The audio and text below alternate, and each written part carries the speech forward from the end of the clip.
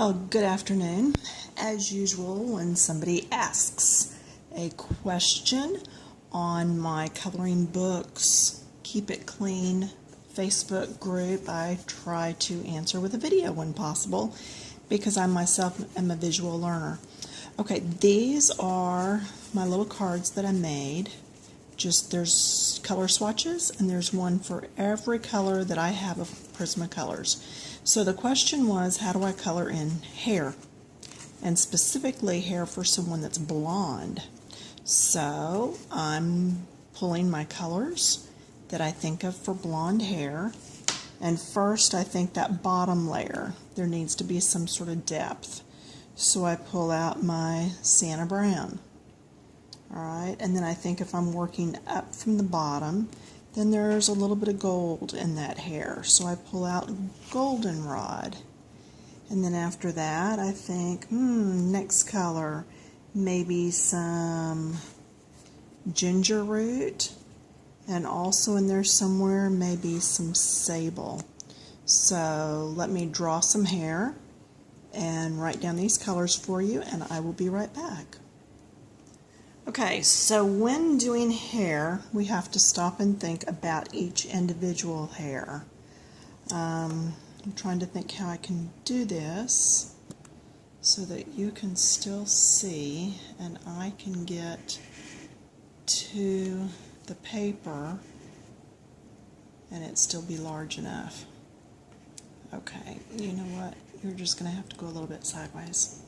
Okay, so when you're putting in hair, you're going to start with the darkest first, and that's how you're going to get all the many layers.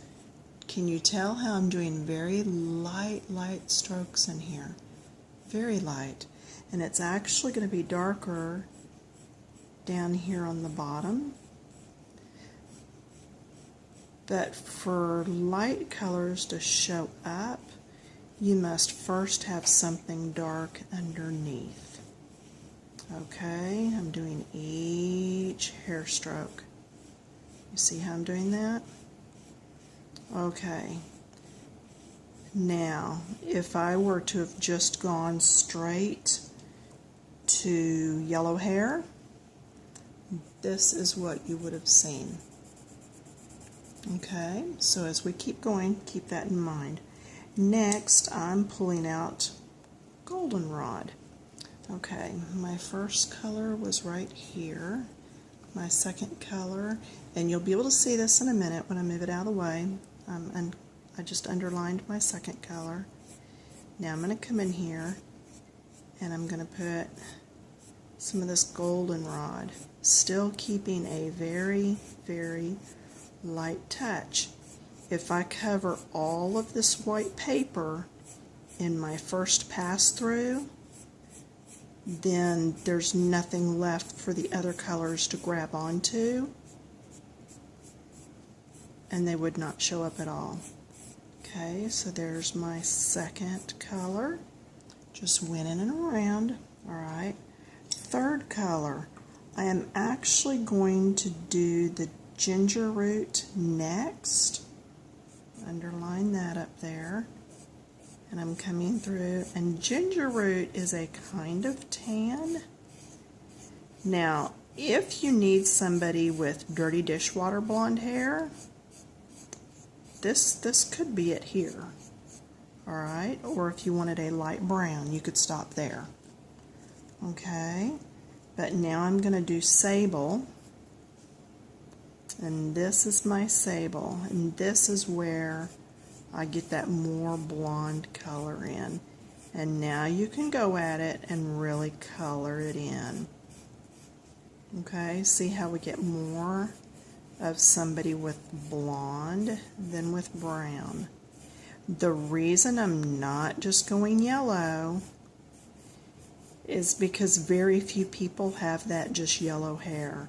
Now in little kids, a lot of times they'll have really blonde, almost yellow hair, and in which case you could have started with just the Goldenrod. Okay, here's Goldenrod, And then I could have done ginger root over the top of that. And then my sand over the top of that. And see how that's a little more of the yellow because I left out that sienna brown that we started with. Okay, so there's some yellow hair or blonde. And there's your little map as to the colors that I used. Okay, so now then, let's go ahead and look at somebody with a darker head of hair. And I would actually start out, and black's harsh. I am not going to start with black. I am going to start with espresso, which is $10.99.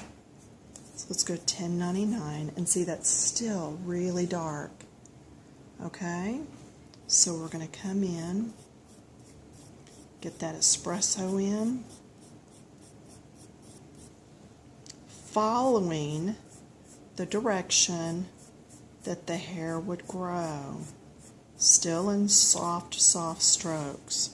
I'm not coming in here and just going real heavy at it. I'm keeping those soft strokes. Very old hairstyle here. Alright, then I'm going to come in with dark brown, which is $9.46. Okay, see how she's already getting some depth to the hair? Okay, it's picking up a nice brown. Getting each of those strands of hair in there. Okay, still some white showing through. And I've got to hurry up or this is going to time out on me. Now I'm going to go to light umber, which is $9.41. And I'm going to add a little bit of this, and it'll just tone it down a little, make her a little more chocolatey. So if you wanted her darker instead of more chocolatey, then you would have left out this color. Okay. Now let's say she does have a bit darker hair. Then now I could come over and pick up that black. Okay, $9.35. And now I could add touches of black. Okay, so there she is with even darker hair. So I hope this helps you with color a little bit. And somebody's yelling, wait, what about me? I'm a redhead. Okay, with redhead, the colors I pulled out, $9.37. Okay, there's your first background color. And I'm having to do this because I am running out of time on my camera and it is going to click me off before I get to finish. Alright, then let's put in some of this black cherry. Ooh, that's a pretty color. That's 78. Alright, putting in some black cherry. I know, and it looks like, oh no, she's purple haired. No, but you have to get those red bases laid in to get it going right. $9.25. Now, see how she's going more red? So if she is a more burgundy, then this may be where you want to stop. Okay, see how I left those colors showing through? You have to let it show through. Now, let's say she's more of a red head. $9.22. This is poppy red. This pencil's getting shorter. I really like this color. It's like a cross between a red and an orange. Okay, and then $9.26. And this is actually carmine red. And that's really going to be your finishing touches of your red head. Just putting that in there. So depending on what degree of red hair they have, you may want to stop all the way back up here at the 925 and just say that when you get to that part, you're done, you're finished. Okay, so here's all the colors I did, but get out some colors and practice, and just remember each little piece goes in, each strand, and if you need highlights, come back in with just a pink eraser. And see, they don't erase real good, but it's just enough that it lightens it to where it looks like that's where the light's hitting the hair. Okay, does that make sense? There's a little reflection, and the reflection's not as much on blonde, but it is still there where that light reflects off the hair. You can do the same thing down here on red.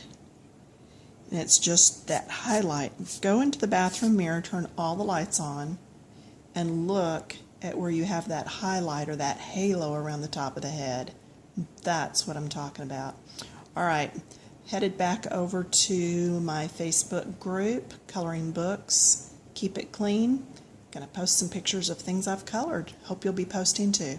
Thanks. Have a great weekend. Bye.